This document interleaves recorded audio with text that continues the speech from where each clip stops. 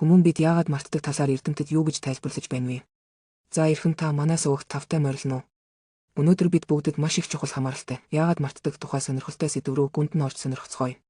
Бид яагаад юмыг мартдаг юм бол гэж та нэг бус удаа бодож байсан уу? Хүн төрөлхтний энэхүү нийтлэг туршлагын талаар эрдэмтэд юу олж мэдсэнийг сонирхцгоё. Бидний тарих үнэхээр нарийн нууцсаг онцлог шиг бөгөөд та бид мартах гэдэг нь тэрхүү тархины үйл ажиллагааны нэг хэсэг болох байглаасаа тийм бүрдэлтэй юм. Эрдэмтэд хүмүүн бидний мартдаг хэд хэдэн шалтгааныг тодорхойлсон байна. Гол шалтгаануудын нэг нь тархины өөрийнх нь кодлох үйл ажиллагааны үйл явцаас үүддэг байна. Үүнийг тайлбарлахад бид ямар нэг шин зүйлийг сурахад бидний тархи дээр сурч буй явцын мэдээллийг ой санамжиндаа хадгалах боломжтой хэлбэр буюу формд оруулах хэрэгтэй болдог байна. Хэрэв энэ үйл явц нь тасалдсан эсвэл бүр өөрөөр хэлбэл тэр мэдээллийн файл нь гүйцэд үр дүнтэйгээр тархинд хийгдээгүй бол бид мэдээллийг өөрийн тархиндаа шингээж хадгалахгүй байж болох үндслэлтэй. Тэгвэл яагаад ийм байна вэ? Үүнд анхаарал сарниулах, анхаарал суулгах зэрэг нь мартахад түлхүү өөрөг гүйцэтгэдэг.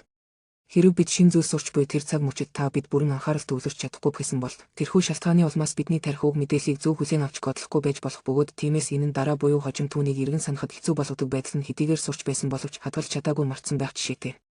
Өөр нэг мартах хүчин зүйл бол бидний унтаж амрах нойр юм. Судалгаанаас харахад бидний нойр нь санах ойг бэхжүүлэхэд маш чухал үүрэгтэй. Яагаад гэвэл унтарч байх үед бидний тархи тэр өдрийнхөө тэрхүү анхааралтай мэдэж буюу сурч авсан шинэ мэдээллийг тархиндаа боловсруулж түүнийгээ хадгалдаг. Хангалттай нойр авч амрахгүй бол энэ үйл явц мөн шууд тасалдаж хүмүүн биднийг мартамхай байдалд хүргэдэг. За бас нэг хамгийн мэдүүжтэй зүйл бол стресс сэтгэлийн түвшүүр нь бидний ой санамжид муугаар нөлөөлдөг.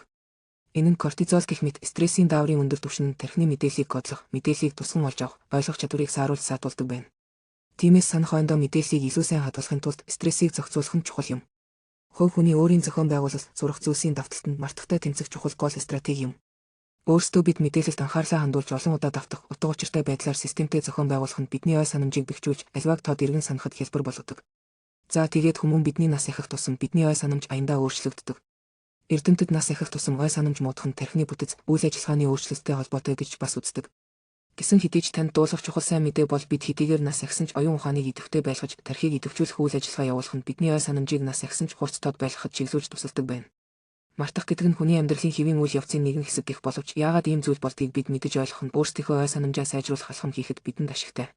За ингээд аливаад идэвхтэй бас сонирхолтой байдаг байгаарай. Та бидний сувгаар дамжуулан хүмүүн бидний оюун ухаан, сэтгэл санааны талаарх шинжлэх ухааны ололт амжилтаас илүү их сонирхолтой амьдралд тустай мэдээллийг авахыг хүсвэл та subscribe хийж бүртгүүлэхээ бүү мартаарай.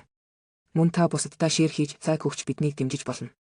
Ингээд таны мэрэгэн ухаан улам ихийг сонирхон судалж өөртөө хэрэгжүүлэн хамтдаа хөгжихийг хүсье.